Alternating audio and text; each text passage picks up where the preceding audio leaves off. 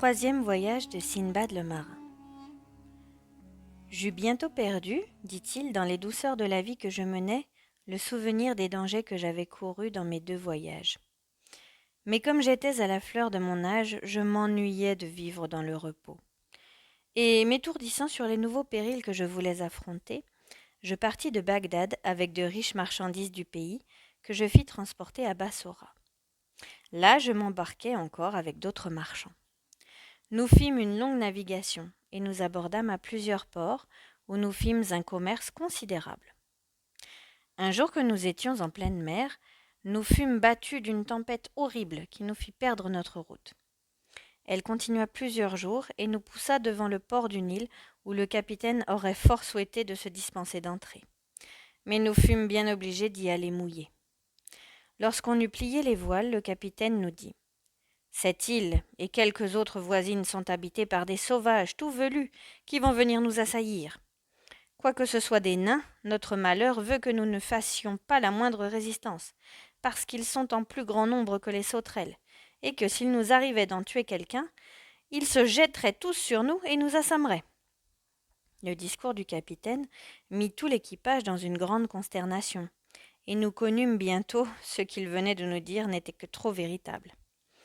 Nous vîmes paraître une multitude innombrable de sauvages hideux, couverts par tout le corps d'un poil roux et hauts seulement de 2 pieds. Ils se jetèrent à la nage et environnèrent en peu de temps notre vaisseau. Ils nous parlaient en approchant, mais nous ne comprenions pas leur langage. Ils se prirent au bord et au cordage du navire, et grimpèrent de tous côtés jusqu'au tillac, avec une si grande agilité et avec tant de vitesse que leurs pieds semblaient à peine se poser. Nous leur vîmes faire cette manœuvre avec la frayeur que vous pouvez vous imaginer, sans oser nous mettre en défense, ni leur dire un seul mot pour tâcher de les détourner de leur dessein, que nous soupçonnions être funeste. Effectivement, ils déplièrent les voiles, coupèrent le câble et l'ancre, sans se donner la peine de la tirer, et après avoir fait approcher de terre le vaisseau, ils nous firent tous débarquer. Ils emmenèrent ensuite le navire en une autre île d'où ils étaient venus. Tous les voyageurs évitaient avec soin celle où nous étions alors, et il était très dangereux de s'y arrêter pour la raison que vous allez entendre. Mais il nous fallut prendre notre mal en patience. Nous nous éloignâmes du rivage, et, en nous avançant dans l'île, nous trouvâmes quelques fruits et des herbes, dont nous mangeâmes pour prolonger le dernier moment de notre vie le plus qu'il nous était possible, car nous nous attendions tous à une mort certaine. En marchant, nous aperçûmes assez loin de nous un grand édifice, vers où nous tournâmes nos pas. C'était un palais bien bâti et fort élevé qui avait une porte d'ébène à 2 battants, que nous ouvrîmes en la poussant. Nous entrâmes dans la cour, et nous vîmes en face un vaste appartement avec un vestibule, où il y avait d'un côté un monceau d'ossements humains, et de l'autre une infinité de broches à rôtir. Nous tremblâmes à ce spectacle, et comme nous étions fatigués d'avoir marché, les jambes nous manquèrent, nous tombâmes par terre, saisis d'une frayeur mortelle, et demeurâmes très longtemps immobiles. Le soleil se couchait, et tandis que nous étions dans l'état pitoyable que je viens de vous dire, la porte de l'appartement s'ouvrit avec beaucoup de bruit, et aussitôt nous en vîmes sortir une horrible figure d'homme noir à la hauteur d'un grand palmier. Il avait au milieu du front un seul œil, rouge et ardent comme un charbon allumé. Les dents de devant, fort longues et fort aiguës, lui sortaient de la bouche, qui n'était pas moins fendue que celle d'un cheval, et la lèvre inférieure lui descendait sur la poitrine. Ses oreilles ressemblaient à celles d'un éléphant et lui couvraient les épaules.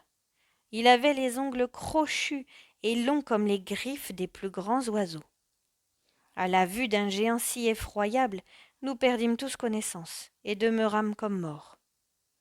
À la fin, nous revînmes à nous, et nous le vîmes assis sous le vestibule, qui nous examinait de tout son œil. Quand il nous eut bien considérés, il s'avança vers nous, et, s'étant approché, il étendit la main sur moi, me prit par la nuque et me tourna de tous côtés, comme un boucher qui manie une tête de mouton. Après m'avoir bien regardé, voyant que j'étais si maigre que je n'avais que la peau et les os, il me lâcha. Il prit les autres tour à tour, les examina de la même manière, Et, comme le capitaine était le plus gras de tout l'équipage, il le tint d'une main, ainsi que j'aurais tenu un moineau, et lui passa une broche au travers du corps. Ayant ensuite allumé un grand feu, il le fit rôtir, et le mangea à son souper dans l'appartement où il s'était retiré. Ce repas achevé, il revint sous le vestibule, où il se coucha et s'endormit en ronflant d'une manière plus bruyante que le tonnerre. Son sommeil dura jusqu'au lendemain matin. Pour nous, il ne nous fut pas possible de goûter la douceur du repos, et nous passâmes la nuit dans la plus cruelle inquiétude dont on puisse être agité. Le jour étant venu, le géant se réveilla, se leva, sortit et nous laissa dans le palais. Lorsque nous le crûmes éloigné, nous rompîmes le triste silence que nous avions gardé toute la nuit, et nous affligeant à qui mieux, nous fîmes retentir le palais de plaintes et de gémissements. Quoique nous fussions en assez grand nombre et que nous n'eussions qu'un seul ennemi, nous n'eûmes pas tout de suite la pensée de nous délivrer de lui par sa mort. Cette entreprise, bien que fort difficile à exécuter, était pourtant celle que nous devions naturellement former. Nous délibérâmes sur plusieurs autres partis, mais nous ne nous déterminâmes à aucun, et nous soumettant à ce qu'il plairait à Dieu d'ordonner de notre sort, nous passâmes la journée à parcourir l'île en nous nourrissant de fruits et de plantes comme le jour précédent. Sur le soir, nous cherchâmes quelque endroit où nous mettre à couvert, mais nous n'en trouvâmes point, et nous fûmes obligés malgré nous de retourner au palais. Le géant ne manqua pas d'y revenir et de souper encore d'un de nos compagnons, après quoi il s'endormit et ronfla jusqu'au jour. Alors il sortit et nous laissa comme il avait déjà fait. Notre condition nous parut si affreuse que plusieurs de nos camarades furent sur le point d'aller se précipiter dans la mer plutôt que d'attendre une mort si étrange, et cela excitait les autres à suivre leurs conseils. Mais un de la compagnie, prenant alors la parole, « Il nous est défendu, dit-il, de nous donner nous-mêmes la mort. Et quand cela serait permis, n'est-il pas plus raisonnable que nous songions au moyen de nous défaire du barbare qui nous prépare une mort si funeste ?» Comme il m'était venu dans l'esprit un projet sur cela, je le communiquai à mes camarades qui l'approuvèrent. « Mes frères, leur dis-je alors, vous savez qu'il y a beaucoup de bois le long de la mer.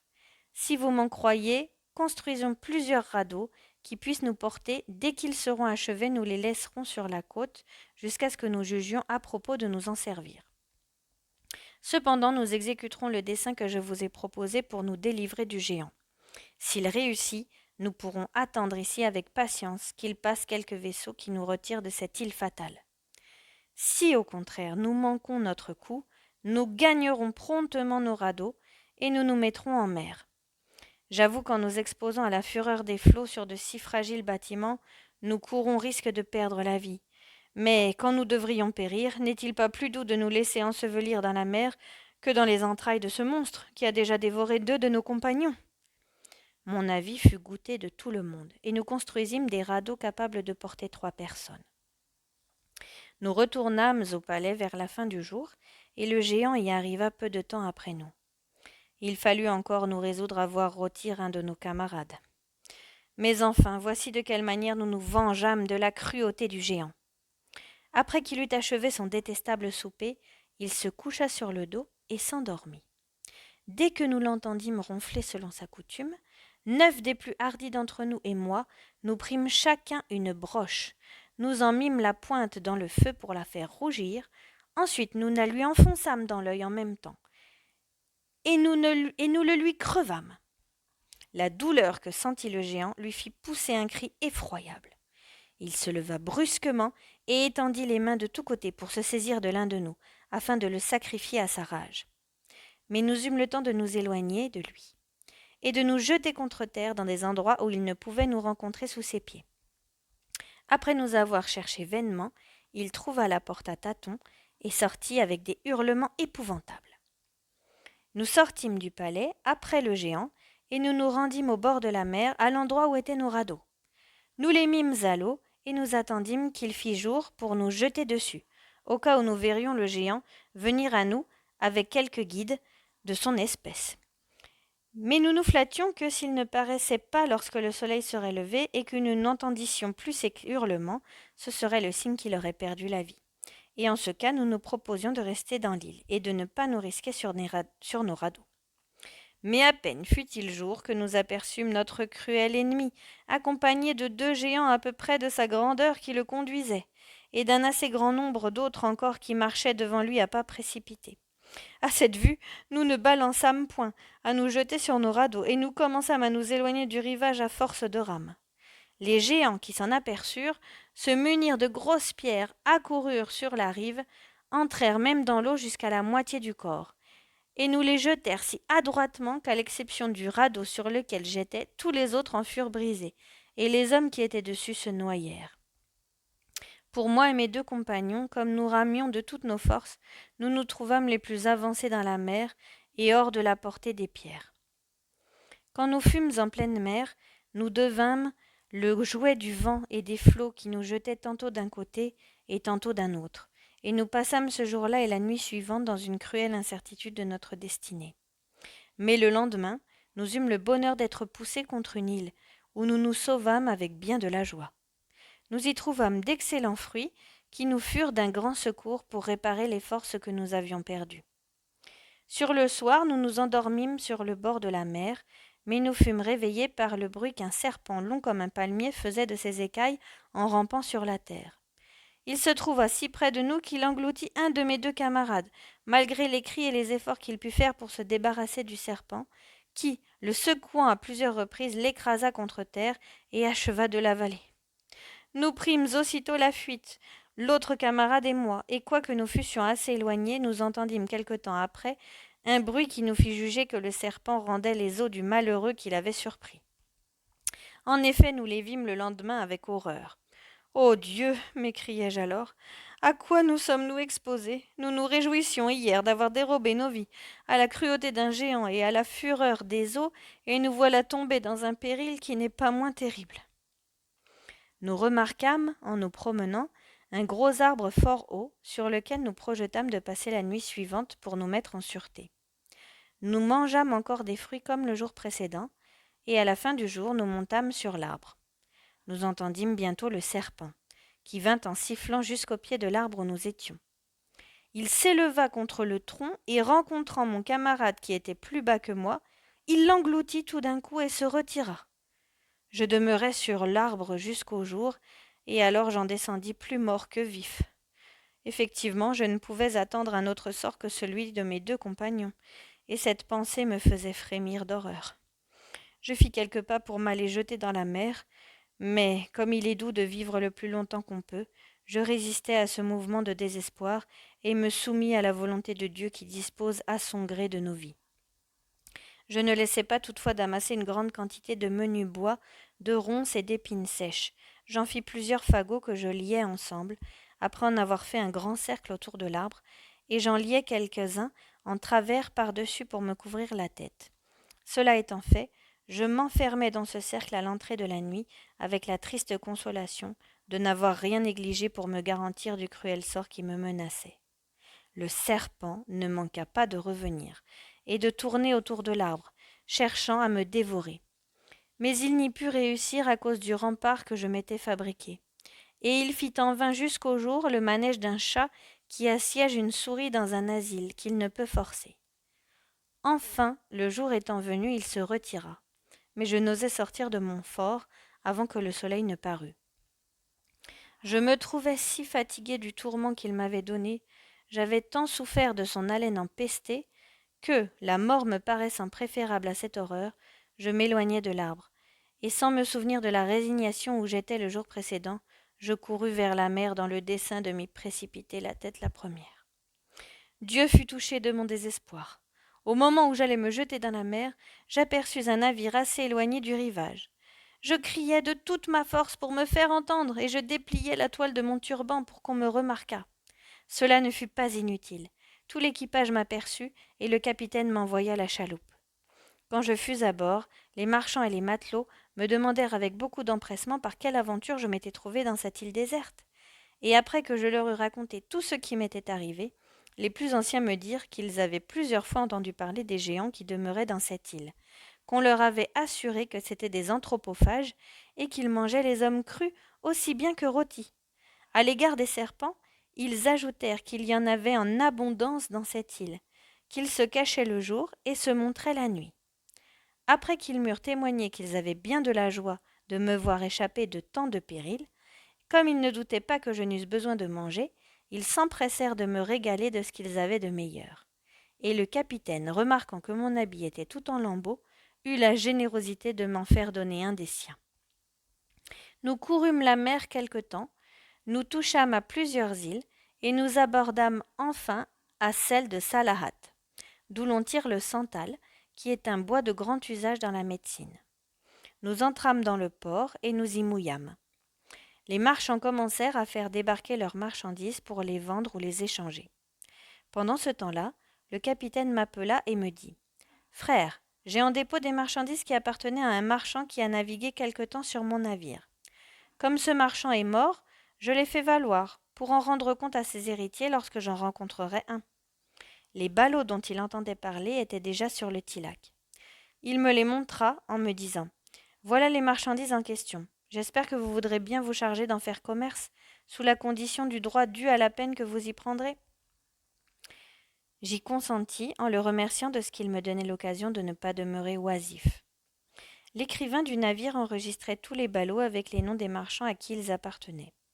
Comme il demandait au capitaine sous quel nom il voulait qu'il enregistrât ceux dont il venait de se charger, « Écrivez, lui répondit le capitaine, sous le nom de Sinbad le marin. » Je ne pus m'entendre nommer sans émotion, et envisageant le capitaine, je le reconnus pour celui qui, dans mon second voyage, m'avait abandonné dans l'île où je m'étais endormi au bord d'un ruisseau, et qui avait remis à la voile sans m'attendre ou me faire chercher. Je ne me l'étais pas remis d'abord à cause du changement qui s'était fait en sa personne depuis le temps où je l'avais vu. Pour lui qui me croyait mort, il ne faut pas s'étonner s'il ne m'eût pas reconnu. « Capitaine, lui dis-je, est-ce que le marchand à qui étaient ces ballots s'appelait Sinbad ?»« Oui, me répondit-il, il se nommait de la sorte. Il était de Bagdad, et il s'était embarqué sur mon vaisseau à Bassora. Un jour que nous descendîmes dans une île pour faire de l'eau et prendre quelques rafraîchissements, je ne sais par quelle méprise, je remis à la voile sans prendre garde qu'il ne s'était pas rembarqué avec les autres. Nous ne nous en aperçûmes, les marchands et moi, que 4 heures après. Nous avions le vent en poupe et si frais qu'il ne nous fut pas possible de revirer de bord pour aller le reprendre. « Vous le croyez donc mort, repris-je. »« Assurément, répondit-il. »« Eh bien, capitaine, lui répliquai-je, ouvrez les yeux et reconnaissez ce Sinbad que vous avez laissé dans cette île déserte. » Je m'endormis à bord d'un ruisseau, et quand je me réveillai, je ne vis plus personne de l'équipage. À ces mots, le capitaine s'attacha à me regarder. Il me reconnut enfin. « Dieu soit loué !» s'écria-t-il en m'embrassant. « Je suis ravi que la fortune ait réparé ma faute. Voilà vos marchandises que j'ai toujours pris soin de conserver et de faire valoir dans tous les ports où j'ai abordé. Je vous les rends avec le profit que j'en ai tiré. » Je les pris, en témoignant au capitaine toute la reconnaissance que je lui devais. De l'île de Salahat, nous allâmes à une autre, où je me fournis de clous de girofle, de cannelle et d'autres épiceries. Quand nous nous en fûmes éloignés, nous vîmes une tortue qui avait 20 coudées en largeur et en longueur. Nous remarquâmes aussi un poisson qui tenait de la vache. Il avait du lait et sa peau était d'une si grande dureté qu'on en fait ordinairement des boucliers. J'en vis un autre qui avait la figure et la couleur d'un chameau. Enfin, après une longue navigation, j'arrivai à Bassora, et de là, je revins en cette ville de Bagdad avec tant de richesses que j'en ignorais la quantité. J'en donnai encore aux pauvres une partie considérable, et j'ajoutai d'autres grandes terres à celles que j'avais déjà acquises. Sinbad acheva ainsi l'histoire de son 3e voyage. Il fit donner ensuite 100 autres pièces d'or à Hindbad en l'invitant au repas du lendemain et au récit du 4e voyage. Hindbad et la compagnie se retirèrent, et le jour suivant, Sinbad prit la parole sur la fin du dîner et continua ses aventures.